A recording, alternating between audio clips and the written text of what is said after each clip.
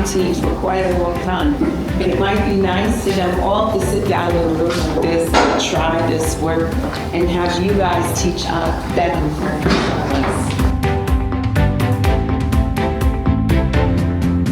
Here with a group of cyber teachers and principals of those schools from across the city. And the activity that we just did was having us investigating open source intelligence and thinking about students who are trying to learn all of these skills is making it interesting, making it fun, honestly.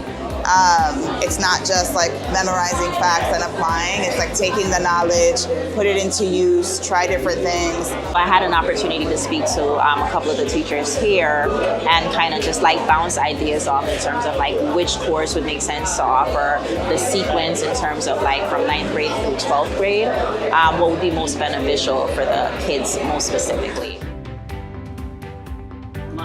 Like of how much patience, right, it takes to do this work with kids. Like I don't know how many typos I had on my screen, yeah, but these black moments of music, and they were like super patient with me. And when I'm like, I'm gonna take some notes next time I'm having a moment where a kid doesn't get what I tried to say. And also like positive affirmations, because at one point I said, I'm lost, I don't know where I am.